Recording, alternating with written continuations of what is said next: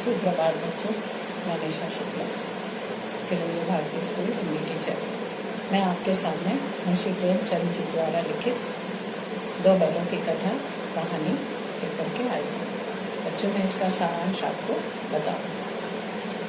बच्चों, मुंशी प्रेमचंद जी ने देश में होने वाली अनेक घटनाओं और अनेक अंधविश्वासों पर भी कहानी लिखी है। मुंशी प्रेमचंद जी पर्दा प्रथा, कर्मनाशा की हार, गोदान, गबन, इन कहानियों को उन्होंने लिखा। उसी तरह की एक कहानी है, मित्रता पर आधारित है, दो बैलों की कथा। झूरी के पास दो बैल थे, हीरा और मोती।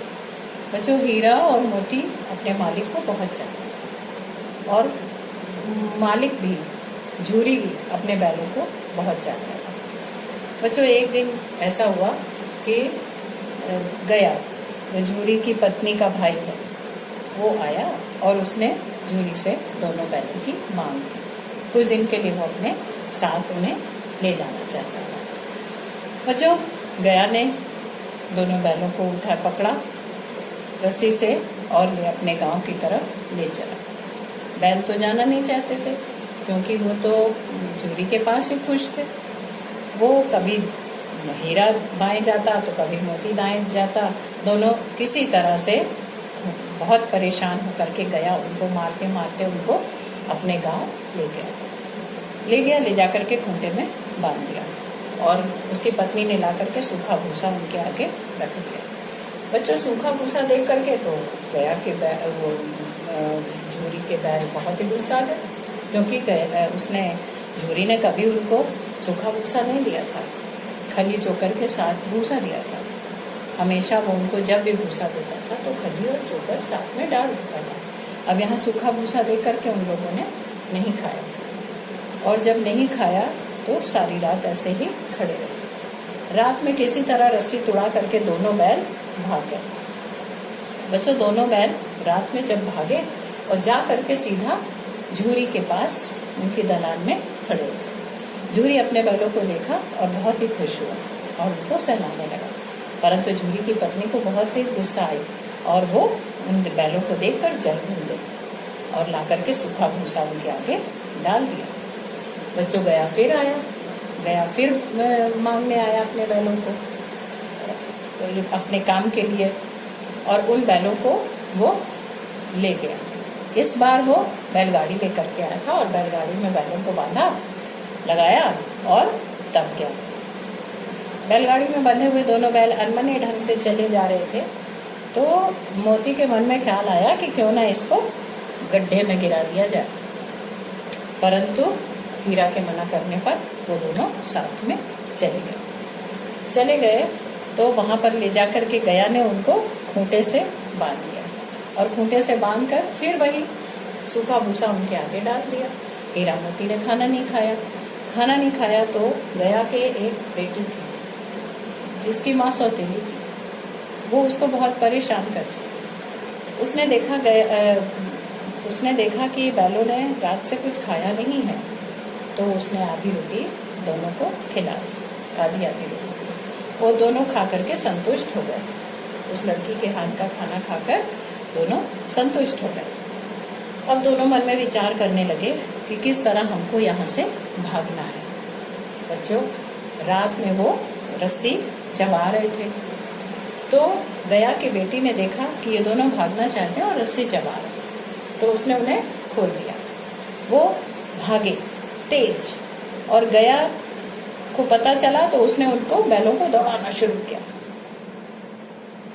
दौड़ते दौड़ते ऐसा हुआ कि बैल बहुत दूर निकल गए और बहुत दूर जाकर के उन्होंने देखा कि एक सांड सामने खड़ा है, बहुत तगड़ा सांड।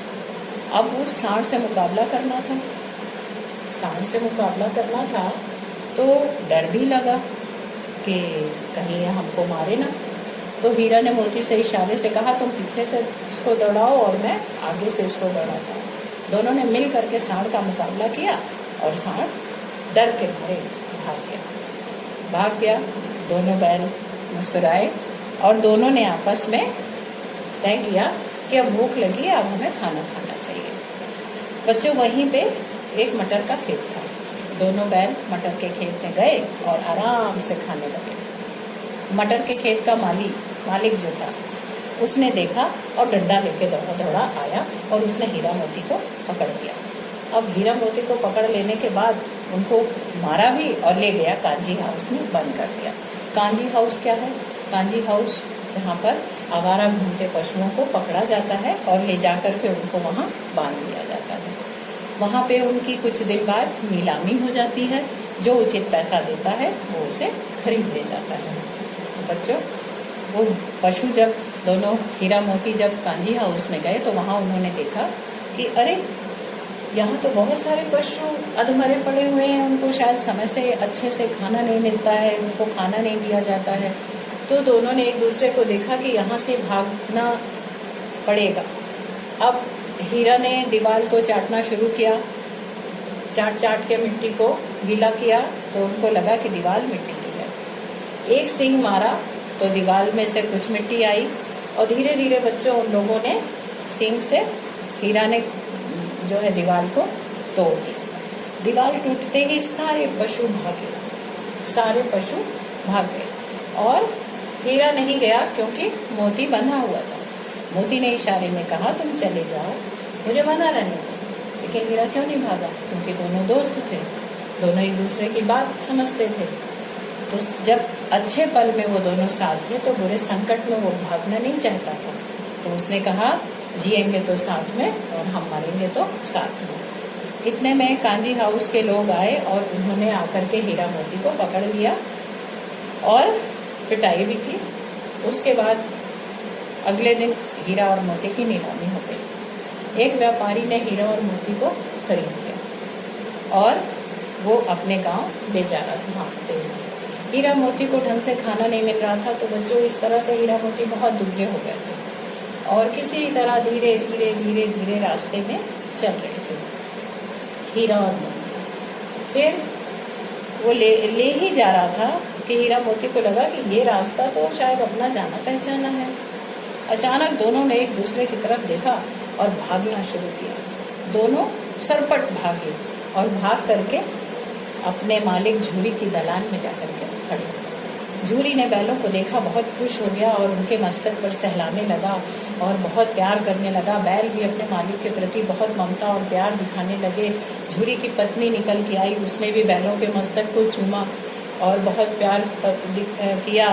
तब तक झूरी ने देखा जो व्यापारी था वो भागा आ रहा था और उसने कहा, ये बैल मेरे हैं, मुझे दो। मोती ने दौड़ाया कस के व्यापारी को। व्यापारी भागा बहुत तेज डर के मारे और मोती और हीरा दोनों अपने मालिक के साथ रहने लगे। मालिक ने ले जाकर के उन्हें उनकी थान पर बांध दिया और उन्हें भूसा, चोकर, खली के साथ में खाना दिया। दोनों बहुत ही खुश हो गए। बच्चों, जानवर कोई भी हो, मालिक के प्रति वफादार और प्रेम उनमें होता है। वो मालिक के प्रति वफादार होते हैं और मालिक भी उनको बहुत योग्य चाहता है। तो इस तरह से बच्चों, ये कहानी का सारांश है। आप पढ़िए और इसके बाद कुछ प्रश्नों के उत्तर दीजिए।